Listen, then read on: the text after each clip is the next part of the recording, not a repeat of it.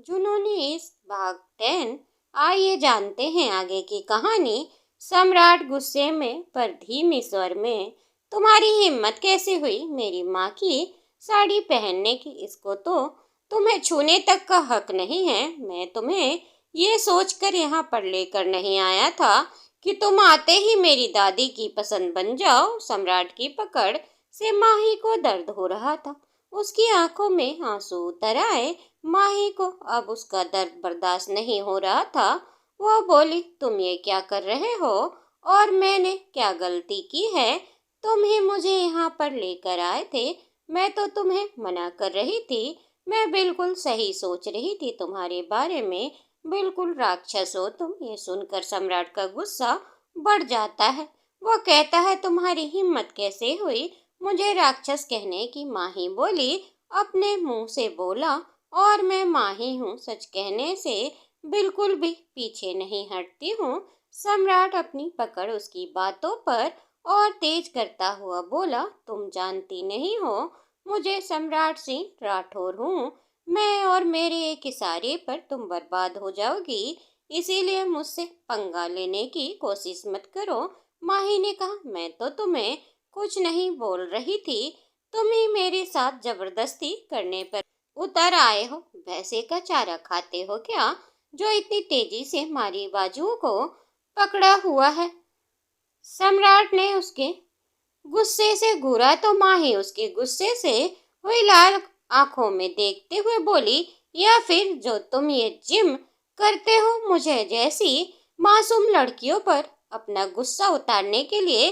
तुम मर्द हो और ज्यादा ताकतवर हो तो क्या तुम कुछ भी करने के लिए तैयार हो जाओगे? अगर तुम सम्राट सिंह राठौर हो तो मैं क्या करूं? सम्राट ने उसकी बाजुओं को पकड़कर उसकी पीठ से टिका देता है और उसके ऊपर चढ़ता हुआ कहता है, "ए लड़की, तुम अब अपनी हिम्मत से ज्यादा बोल रही हो। इतना बोलने का मौका तो मैं किसी को नहीं देता।" माही दर्द से करहा उठी। उसकी सांसें तेज हो गई थी और बर्दाश्त करना मुश्किल था। वह बोली, तुम मुझे छोड़ो राक्षस, वरना मैं चिल्ला दूंगी और तुम्हारी दादी तुम्हारे बारे में क्या सोचेगी कि ये तो तुम सोच भी नहीं सकते, क्योंकि इतना तो मुझे पता चल गया है कि तुम अपनी दादी को हर्ट होते हुए नहीं देख सकते। सम्राट बोला, इतनी हिम्मत तुम्हारी, तुम मेरी दादी को हर्ट करने की कोशिश करोगी? उसने माही के हाथों को छोड़ दिया और फिर तुरंत दूसरे हाथ से उसके दोनों हाथों को पकड़ लिया और अपने हाथ से अपनी जेब में से रुमाल निकाला और उसके मुंह में बांध दिया था और फिर उसको अपनी पीठ पर गिराकर ऊपर छत पर ले जाता है और कहता है, क्या कर रही थी तुम? पूरी गिलास के डोर से कवर थी और बारिश अभी भी हो रही थी। उसने दरवाजे को लॉक कर दिया।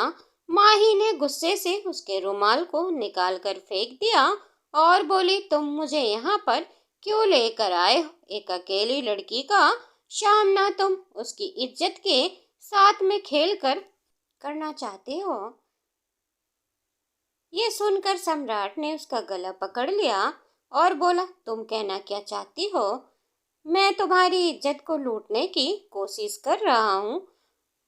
फिर ऊपर से नीचे तक देखकर मैं अगर तुम्हें अपने करीब लाने की कोशिश करता हूँ तो तुम उसी वक्त मेरे बिस्तर पर बिछ जाती। समझ में आई बात? और तुम जैसी लड़कियों की तो औकात नहीं है वह सम्राट सिंह राठौर के बिस्तर तक आए। तुम्हें छूने की बजाय किसी और पर मरना पसंद करूंगा। फिर उसके होठों की तरफ देखकर, तुम्हारे इन होठों के सस्ते नशे के लायक नहीं। सम्राट सिंह राठौर वो महंगे शौक रखता है और इनमें वो तलब भी नहीं है जिस पर सम्राट सिंह राठौर पिघल जाए।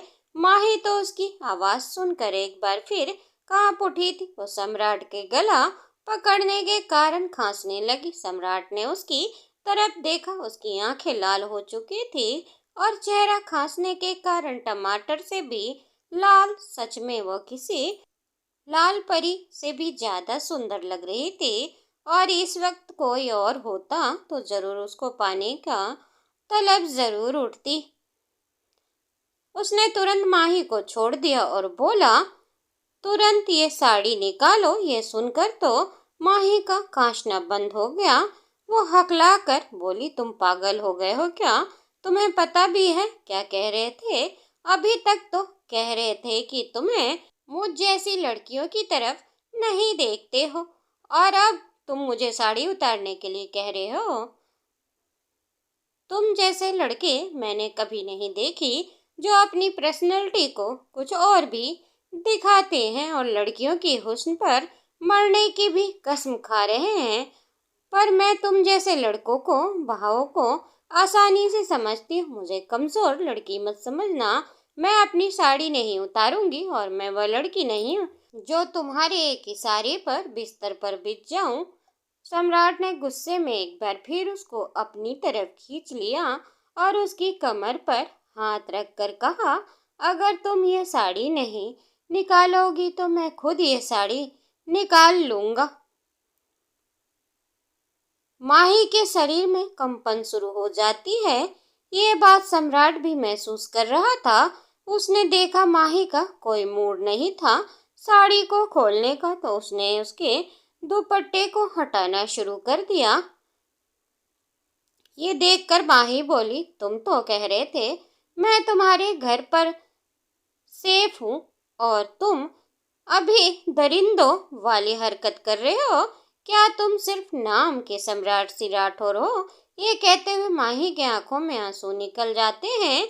सम्राट ने जैसे ही उसकी तरफ देखा, वो बोला, मेरा ऐसा कोई मकसद नहीं है कि मैं तुम्हें टच करूं, और तुम ये साड़ी नहीं पहन सकती क्योंकि ये मेरी माँ की आखिरी निशानी है और मैं उनकी खुशबू को तुम्हारी खुशबू में विलन होने नहीं दे सकता। इसीलिए तो मैं कह रहा हूँ, मेरी माँ की साड़ी निकालो।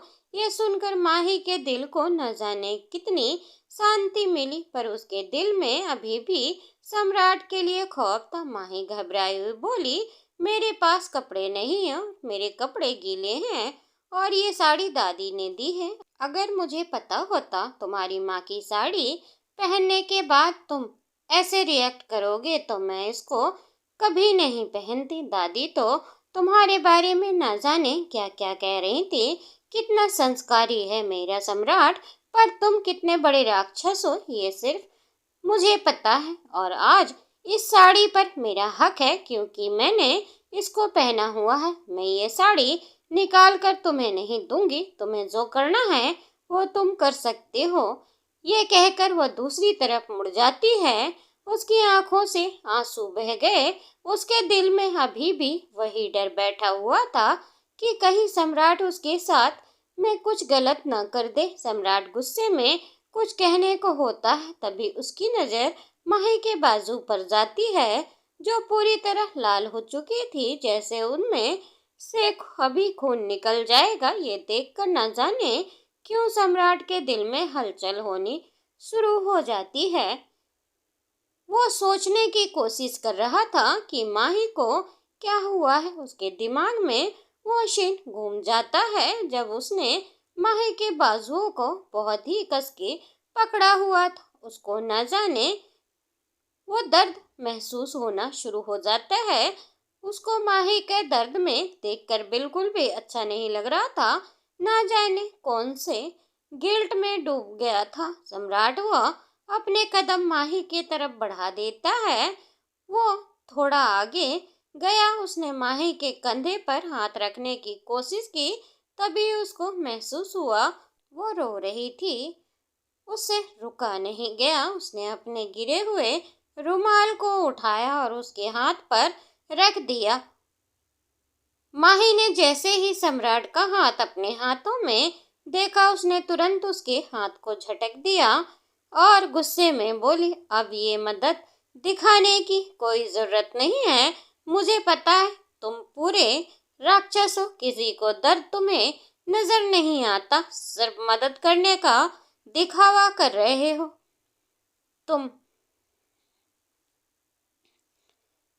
पर मुझे तुम्हारी मदद नहीं चाहिए। वह गुस्से में चीख पड़ी थी। कमजोर तो नहीं थी वो, पर बिल्कुल भी, बट उसको लग रहा था वो सम्राट के घर में है तो वो ना जाने उसके साथ में क्या कर देगा, और इतना बड़ा आदमी है और इल्जाम तो उसके सिर पर बिल्कुल नहीं आएगा। बहुत ही पावर से पूरी तरह से वाकिफ थी, जो उसने उस पार्टी में ही देख ली थी। उसको अपने घर वालों की भी चिंता थी, क्योंकि वो अपने परिवार पर थोड़ा सा भी इज्जत का दाग नहीं लगवाना चाहती थी, और उसको अपनी इज्जत बहुत ही प्यारी थी।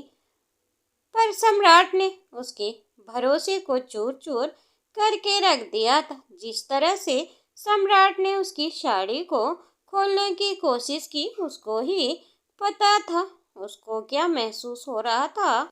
सम्राट ने अपना सिर झुका लिया और बोला, I am sorry miss, but मैं अपने गुस्से में अपनी हद भूल गया, क्योंकि मैंने जब तुम्हें मेरी माँ की साड़ी में देखा तो बस उस वक्त वही घूम रही थी और वो सब कर गया, बट